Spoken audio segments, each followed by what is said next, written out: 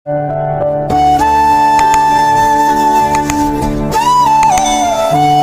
मेरी बहन की शादी को 6 साल हो गए हैं। मैं कभी भी उसके घर नहीं गया।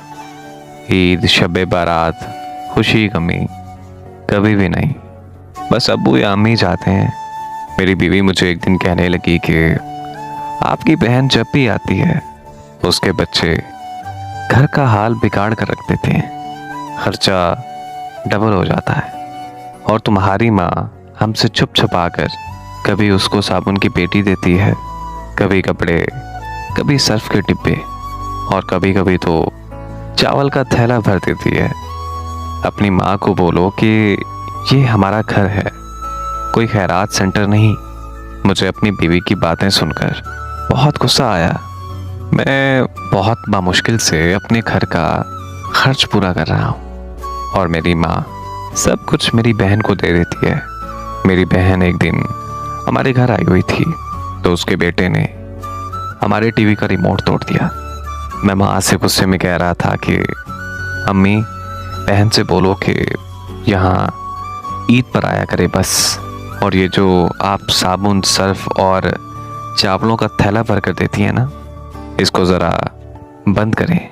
मेरी माँ बिल्कुल खामोश रही, लेकिन मेरी बहन ने सारी बातें सुन ली थी। मेरी बहन भी मेरे आगे कुछ ना बोली।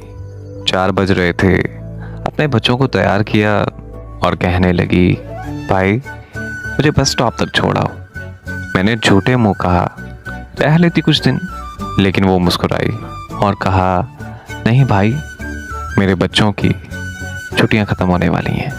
फिर जब हम दोनों भाइयों में ज़मीन का बंटवारा हो रहा था तो मैंने साफ इनकार किया। मैं अपनी ज़मीन से बहन को कोई हिस्सा नहीं दूंगा।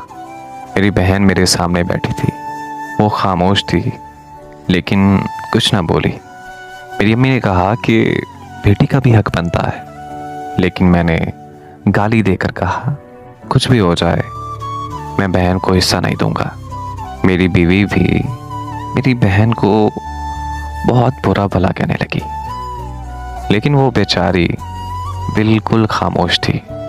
मेरा बड़ा भाई मुझसे अलहदा हो गया और कुछ वक्त के बाद मेरे बड़े बेटे को टीबी हो गया। मेरे पास उसका इलाज करवाने के बिल्कुल भी पैसे नहीं थे।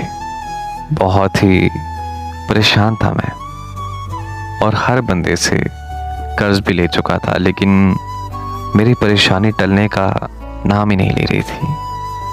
मैं उस वक्त शदीद परेशान था। मैं कमरे में अकेला बैठा था और शायद रो रहा था। उस वक्त मेरी वही बहन मेरे घर आ गई। मैंने बहुत गुस्से से बोला, लो जी, अब इसी की कमी थी, अब ये आ गई है मनूस, मेरी परेशानी और बढ़ जाएगी।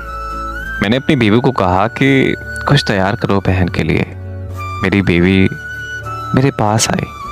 कोई ज़रूरत नहीं गोश्त या बिरयानी बनाने के लिए, ये वैसे भी भुक्कड़ है, जब दिल करता है आ जाती है। वैसे भी हमारे माली हालात ठीक नहीं है और ना ही अभी हमारी गोश्त या बिरयानी बनाने की गुंजाइश है। फिर 1 घंटे बाद वो मेरे पास आई और मुझे कहने लगी कि मेरे भाई परेशान हो। मेरी बहन ने मेरे सर पर हाथ फेरा और कहा कि बड़ी बहन हो तुम्हारी, अब तक तो तुम मेरे गोद में खेलते रहे हो और अब देखो मुझसे भी काफ़ी बड़े लगते हो। फिर मेरी बहन मेरे करीब हुई। अपने पर्स से उसने सोने के कंगन निकाले। मेरी बहन ने वो कंगन मेरे हाथ पर रखे और मुझसे बोली कि पागल, तू ऐਵੇਂ ही परेशान होता है। मेरे बच्चे स्कूल थे तो मैंने सोचा दौड़ते दौड़ते भाई से मिल लाऊं। सुना है कि मेरा प्यारा भाई बहुत परेशान है। अब इस परेशानी में बड़ी बहन अपने भाई के काम नहीं आएगी तो और कौन उसके काम आएगा। तो परेशान ना हो, ये कंगन अपने पास रख। अगर और भी किसी चीज़ की ज़रूरत हो ना तो बिला झिझक अपने बहन से मांग लेना। ये बहन अपने भाई के लिए हमेशा ताबेदार रहेगी। और हाँ, ये कंगन बेचकर अपनी बेटी का इलाज करवा।